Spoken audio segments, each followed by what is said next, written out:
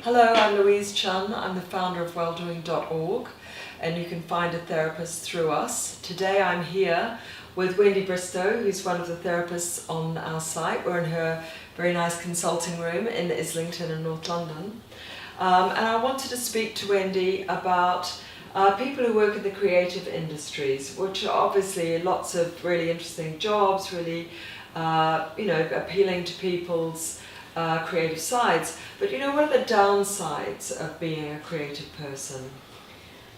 Well, I myself used to work in a creative industry. I worked in magazines for years, and we can get attracted to it's an exciting business, it's a glamorous business.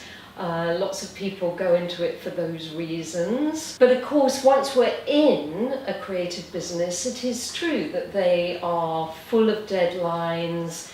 The buzziness, another word for buzziness over time, can be stress.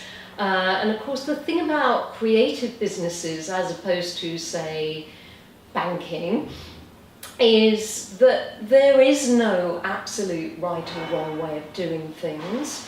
So your bosses, for example, can change their minds 100 times about what they want, and that can, over time, have quite a kind of crazy-making effect on you. And also, if you are an indecisive person yourself, or if you have tendencies towards perfectionism, you can find that you are endlessly trying to improve what you're doing, because there is no kind of definitive right or wrong. There is the deadline, which can make people make a decision. Yes. But that in itself, over time, there is that pressure of constant deadlines.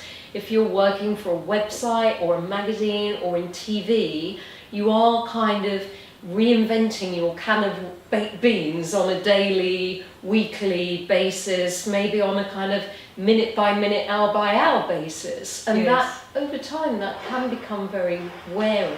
Yes. Do you have advice for people who are in those areas of ways that they can manage that anxiety and kind of stress? Well, one of the big things that often happens is burnout.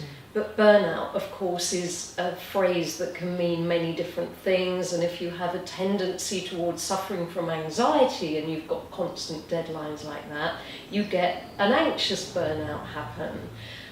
If you have any kind of tendency towards depressive state, you might get a depressive burnout happen, where you just can't function anymore. Often an anxious burnout speeds up and speeds up.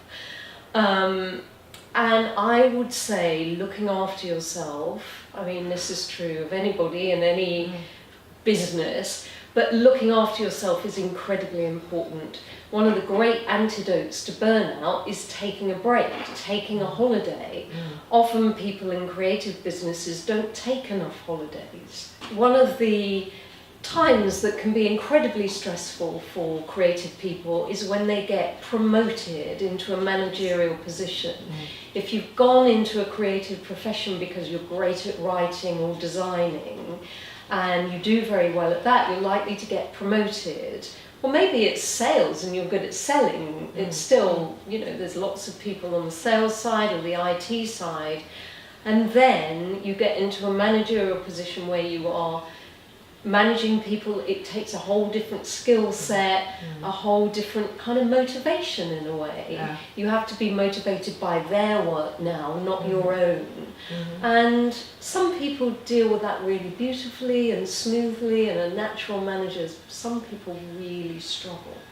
And again, if you've got a tendency to anxiety, really worrying about everybody, worrying you're not managing properly because it's really not coming naturally to you, this can tip people into a very stressed place. And quite a few people decide at that point to go freelance, because the stress of doing something not natural to them, that they never will enjoy, can push them into problems with anxiety or any kind of mental health problems.